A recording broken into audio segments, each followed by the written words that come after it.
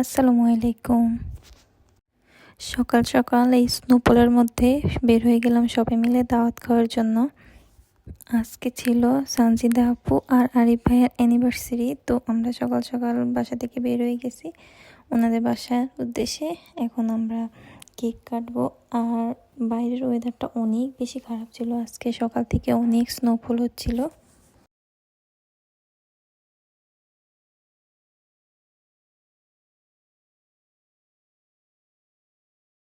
ছোট বাচ্চা নিয়ে সবাই খুব মজা করলাম, কেক কাটলাম, খাওয়া দাওয়া করলাম।